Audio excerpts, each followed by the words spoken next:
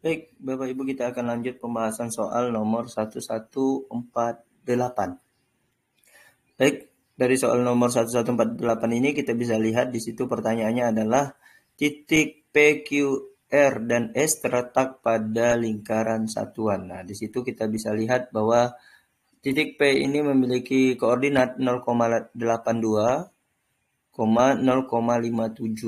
Nah, di situ 0,82, 0,57 dengan sudut dari sudut P ini adalah 35 derajat dari sumbu X positif. Nah, ditanyakan di A itu adalah masukkan koordinat Q, R, dan S, kemudian yang B dengan menggunakan gambar, tentukan sin 145 derajat, sin negatif 35 derajat, dan kosinus 215 derajat.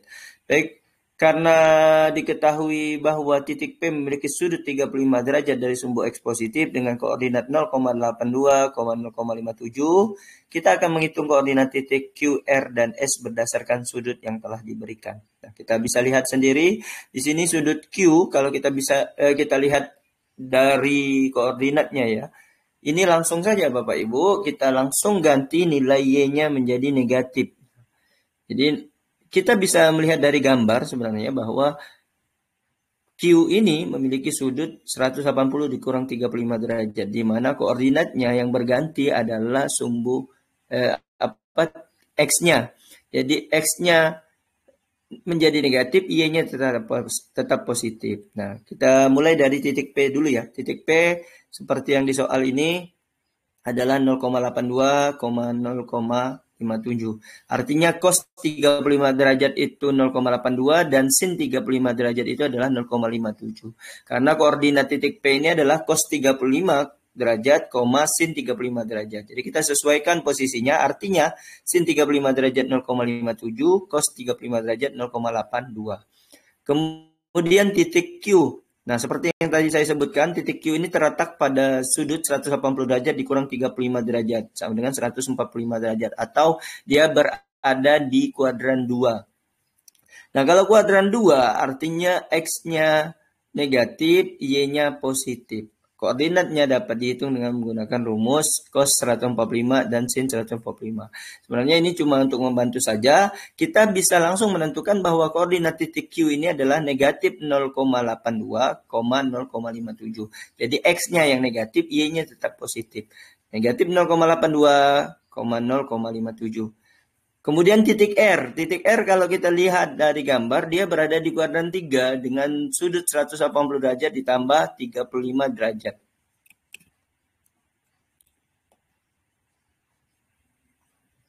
Nah, 180 tambah 35, artinya Bapak Ibu, dia berada di kuadran 3, di mana X-nya negatif, Y-nya juga negatif. Sehingga kita tinggal beri saja tanda negatif pada koordinat titik P yang tadi. Dengan kita bisa lihat bahwa P sama R ini adalah sebuah titik yang saling bercermin terhadap titik 0,0. Jadi dia itu berputar rapat 180 derajat. Sehingga titiknya yang tadinya keduanya positif, sekarang menjadi keduanya negatif. Hasilnya adalah negatif 0,82, 0,57. Nah, kita bisa menghitung dari sudut juga cos 215 dan sin 215, di mana keduanya ketika di kuadran 3 baik cos maupun sin itu negatif, sehingga hasil dari titik R adalah negatif 0,82, negatif 0,57. Sementara titik S ini berada di kuadran 4. Kita lihat X-nya positif, Y-nya negatif. Nah, titik S ini terletak pada sudut 325 derajat, yaitu 360 dikurang 3, negatif 3, dikurang 35 derajat, sehingga dapatlah 325 derajat. Nah, ini juga bisa nanti kita mencari dengan menghitung kosinus negatif 35 derajat. Begitu juga sin negatif 35 derajat.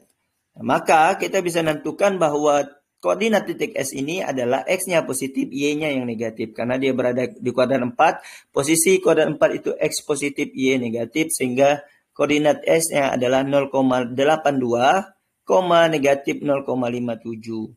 Jadi 0,82-nya masih tetap, sementara yang sebelahnya negatif 0,57. Itu titik PQRS bisa kita lihat juga dari gambar. Jadi koordinat rangkumannya adalah untuk titik P tadi keduanya positif 0,82, 0,57. Kemudian Q X-nya yang negatif 0,82, 0,57. Koordinat titik R keduanya negatif 0,82, negatif 0,57. Koordinat titik S adalah Y-nya yang negatif 0,82, negatif 0,57. Nah, itu koordinatnya Bapak Ibu. Kemudian yang B, dengan menggunakan gambar tentukan sin 145 derajat, sin negatif 35 derajat, dan cos 215 derajat. Nah, kita akan menentukan nilai dari sin dan cos untuk sudut yang diminta. Bapak Ibu, ini diminta dari gambar. Nah, kalau kita lihat dari gambar, bisa kita tentukan Bapak Ibu bahwa, nah kita lihat ya, dari gambar ini sin 145 derajat itu adalah yang sebelah kiri koordinat dari titik Q namun Y-nya. Bisa kita lihat Y-nya positif dari Bapak Ibu. Jadi koordinat titik Y ini sin 145 derajat itu sama-sama positif dengan titik P. Sehingga hasilnya juga sama 0,57 Bapak Ibu. Jadi kita lihat dari gambar bahwa sin 145 derajat itu berada di kuadran 2, Y-nya positif. Karena sin ini bagian Y, maka hasilnya adalah 0,57. Kemudian sin negatif 35 derajat. Nah, sin negatif 35 derajat itu berada di kuadran 4, yaitu titik S. Titik S, Y-nya negatif. Sehingga hasilnya adalah negatif 0,57. Jadi sesimpel itu saja kalau dilihat dari gambar. Kemudian cos 215 derajat. Cos 215 derajat ini berada di kuadran 3, berarti dia di titik R. Cos itu X-nya Bapak Ibu, sehingga kita ambil yang 0,82, tapi negatif. Sehingga hasilnya adalah negatif 0,82. Nah, itu kalau melihat dari gambar Bapak Ibu. Kita lanjut soal nomor 1149. Nah, kita tahu bahwa sin 60 derajat itu akar 3 per 2. Jadi sudah dikasih tahu dari soal bahwa sin 60 derajat itu akar 3 per 2. Diminta di soal ini adalah tentukan dengan menggunakan gambar sin negatif 60 derajat, sin 120 derajat sama dengan sin 180 dikurang 60. Yang C sin 240 sama dengan sin 180 ditambah 60. Nah, mari kita tentukan nilai sinus untuk sudut-sudut yang diberikan menggunakan konsep trigonometri dan gambar dari lingkaran satuan. Yang pertama yang A, menentukan sin negatif 60 derajat. Menggunakan identitas trigonometri, Bapak Ibu kita ketahui bahwa sin negatif theta itu sama dengan negatif sin theta. Kalau dilihat dari gambar, berarti dia berada di titik S, Bapak Ibu. Nah, sin negatif 60 derajat titik S, kita ketahui bahwa Y-nya negatif. X-nya positif. Sehingga tanda dari sudut ini adalah negatif untuk sinus. Nah, sinus negatif 60 derajat ini hasilnya adalah negatif. Sehingga kalau diketahui sin 60 derajat itu akar 3 per 2, maka sin negatif 60 derajat itu tinggal diberi tanda negatif. Artinya hasilnya adalah negatif 3 per 2. Lanjut soal yang nomor B.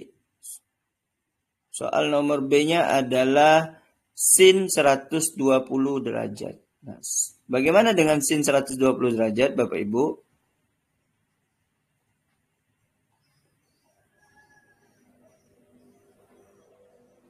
Ini dipotong dulu gambarnya. Nah, sin 120 derajat ini adalah di kuadran 2.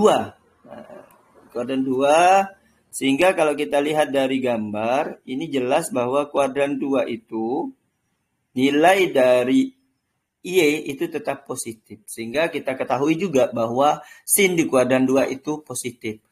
Ketika kita mengetahui sin 60 derajat itu akar 3 per 2, maka sin 120 derajat itu akan menghasilkan nilai yang sama, yaitu sama dengan sin 60 derajat. Dilihat dari titik P dan Q yang memiliki koordinat Y yang sama, yaitu sama-sama positif. Sehingga hasil dari sin 120 derajat itu adalah akar 3 per 2 juga. Bisa kita tentukan sin 120 derajat itu akar 3 per 2. Kemudian yang C, sin 240 derajat, yaitu sin 180 ditambah 60. Berarti kita fokus ke titik R, di mana titik R ini adalah titik yang berada di kuadran 3. Sudutnya 180 ditambah 60 derajat. Nah, kita ketahui juga bahwa sin di kuadran 3 itu akan menghasilkan nilai negatif. Terlihat dari titik R yang memiliki koordinat Y itu berada di bagian Y negatif. Sehingga hasilnya adalah negatif akar 3 per 2. Jadi kalau diketahui sin 60 derajat itu akar 3 per 2, maka sin 240 derajat diberi tanda negatif saja, negatif akar 3 per 2. Jadi bisa kita tentukan yang A itu negatif akar 3 per 2, yang B akar 3 per 2, yang C juga negatif akar 3 per 2. Nah, itu jawaban soal nomor 1149. 1150. Tentukan nilai pasti dari, nah yang pertama cos 45 derajat, kemudian cos 315 derajat, yaitu 360 dikurang 45, cos 135 derajat, 180 dikurang 45, dan cos 225 derajat, 180 ditambah 45. Nah, pertama kita akan menentukan cos 45 derajat. Dari trigonometri kita ketahui bahwa cos 45 derajat ini adalah sudut istimewa Bapak Ibu, di mana dia memiliki panjang sisi dari segitiga siku-siku yang dibentuk itu adalah sama, yaitu akar 2, 1 dan 1 gitu ya. Karena dia memiliki ciri-ciri sin itu adalah depan, cos itu adalah samping miring ya Bapak Ibu. Samping miring yaitu 1 per akar 2. Jadi kalau kita memiliki segitiga yang memiliki sisi satunya samping, satunya miring, sudutnya 45 derajat, maka yang miringnya adalah akar 2. Sehingga cos 45 derajat itu biasa diketahui 1 per akar 2 atau akar 2 per 2. Nah, caranya sama dengan soal-soal sebelumnya Bapak Ibu, kita samakan penyebut. Sehingga kita ketahui cos 45 derajat itu adalah akar 2 per 2. Bagaimana dengan cos 315 derajat? Nah, berbeda dengan sin, cos 315 derajat di kuadran 4 ini juga akan menghasilkan nilai yang positif, yaitu 360 dikurang 45 ini akan menghasilkan cos yang sama dengan cos 45 derajat. Sehingga di kuadran 4 ini nilai cos tetap positif, maka cos 315 derajat itu sama dengan cos 45 derajat, atau hasilnya adalah akar 2 per 2. Cos 135 derajat untuk yang C. Nah, ini berada di kuadran 2. Di mana cos 180 dikurang 45. Nah, kalau di kuadran 2, cos itu akan menghasilkan nilai yang negatif. Sehingga cos 180 derajat dikurang theta itu akan menghasilkan negatif cos theta. Nah, artinya cos 135 derajat itu akan menghasilkan nilai negatif dari cos 45 derajat. Nah, kalau cos 45 derajatnya akar 2 per 2, maka cos 135 derajatnya adalah negatif akar 2 per 2. Jadi ada negatifnya Bapak Ibu. Karena cos di kuadran 2 itu negatif. Begitu juga untuk kuadran 3. Jadi hasilnya sama saja, cos 225 derajat, yaitu 180 ditambah 45 derajat, itu juga akan menghasilkan negatif cos theta. Sehingga cos 225 derajat itu adalah negatif cos 45 derajat atau negatif akar 2 per 2. Nah, jadi bisa kita simpulkan untuk 1150, hasilnya adalah yang A akar 2 per 2, yang B akar 2 per 2 juga karena positif, yang C negatif akar 2 per 2, yang D negatif akar 2 per 2. Nah, demikian Bapak Ibu pembahasan soal dari 1148 sampai 1150, semoga bermanfaat. Assalamualaikum warahmatullahi wabarakatuh.